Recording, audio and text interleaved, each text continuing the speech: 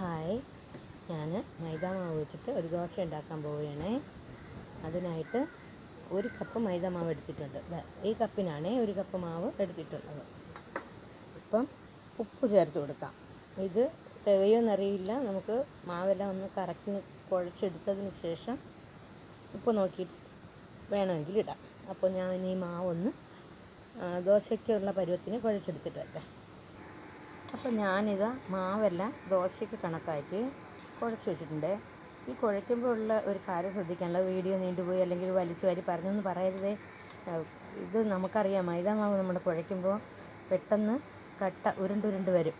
അപ്പോൾ അതിന് വേണ്ടിയിട്ട് ആദ്യം മാവെടുത്ത് ഉപ്പ് ഇട്ടിട്ട് കുറേശ്ശെ കുഴച്ച് ഈ ചപ്പാത്തി മാവിൻ്റെ പരുവത്തിൽ കുഴച്ചതിന് ശേഷം കുറേശ്ശെ വെള്ളം ഒഴിച്ച് പിന്നെ അതിനെ ലൂസാക്കി കൊണ്ടുവന്ന് കുഴച്ചെടുത്ത് കഴിഞ്ഞാൽ ഈ പരുവത്തിന് വരും. ഇന്ന് ഒരല്പം പോലും കട്ടയില്ലാതെ നമുക്ക് മാവ് കിട്ടും. അപ്പം ഞാൻ മാവെല്ലാം കുഴച്ചെടുത്തിട്ടുണ്ട്.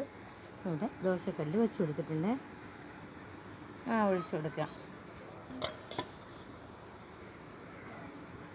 2 തവി മാവെങ്കിലും ഒഴിച്ച് കൊടുക്കാം. ഒഴിച്ച് കൊടുത്തിട്ടുണ്ട്. ഇനി കുറച്ച് തേങ്ങ ഈ മാവിലിട്ട് കൊടുക്കാം കേട്ടോ. പൊടിയായി തിരുമിയ തേങ്ങയാണ്, അത് ഇതിലേക്ക് ഇട്ട് കൊടുക്കാം. എന്നിട്ടൊന്ന് ചട്ടകം കൊണ്ട് ഇതൊന്ന് പതിച്ച് വെച്ച് കൊടുക്കണം.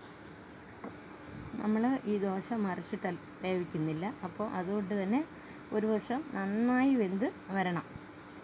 വശം നന്നായി മൊരിഞ്ഞിട്ടിട്ട് നമുക്കൊന്ന് മടക്കിയെടുക്കാം. മടക്കിയിട്ട് കൊടുത്ത് ഒന്നുകൂടെ ഒന്ന് മൊരിയട്ടെ. ആ തേങ്ങയൊക്കെ വെന്ത് വരുന്നതിൻ്റെ നല്ല മണം വരുന്നുണ്ട് കേട്ടോ. നിങ്ങൾക്കിത് ഓർമ്മയില്ലേ, പണ്ട് നമ്മുടെ അമ്മമാരൊക്കെ നമ്മൾ സ്കൂൾ വിട്ട് വരുന്ന വൈകുന്നേരങ്ങളിൽ നമുക്ക് ഉണ്ടാക്കി തരുന്ന ഒരു 4 മണി പലഹാരമാണ്. അതിപ്പോൾ ഇതൊരു നൊസ്റ്റു ഐറ്റമാണ്. ഞാനിതിനെ പാത്രത്തിലെടുക്കുകയാണ്. വേണ്ടില്ലേ, ഇതെൻ്റെ ചേട്ടന് രാത്രിക്ക് കഴിക്കാൻ വേണ്ടി ഉണ്ടാക്കിയതാണ്. അപ്പോൾ ഇനി ഒരു 3 എണ്ണം കൂടെ ഉണ്ടാക്കണം. ഞാൻ ഒന്ന് ഉണ്ടാക്കിയെടുക്കട്ടെ. നിങ്ങൾ ഇതുപോലെ ഉണ്ടാക്കി കഴിക്കണം, കുഞ്ഞുങ്ങൾക്കൊക്കെ കൊടുക്കണം. ഓക്കെ.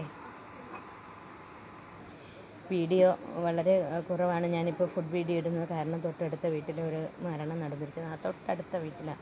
അപ്പോൾ ഞങ്ങൾ ആഹാരമെല്ലാം കഴിക്കുന്നത് അവിടെ നിന്നാണ്. അതുകൊണ്ട് ഞങ്ങളുടെ വീട്ടിലൊന്നും ഉണ്ടാക്കുന്നില്ല. അതുകൊണ്ടാണ് വീഡിയോ വരാത്തത്. ഓക്കെ.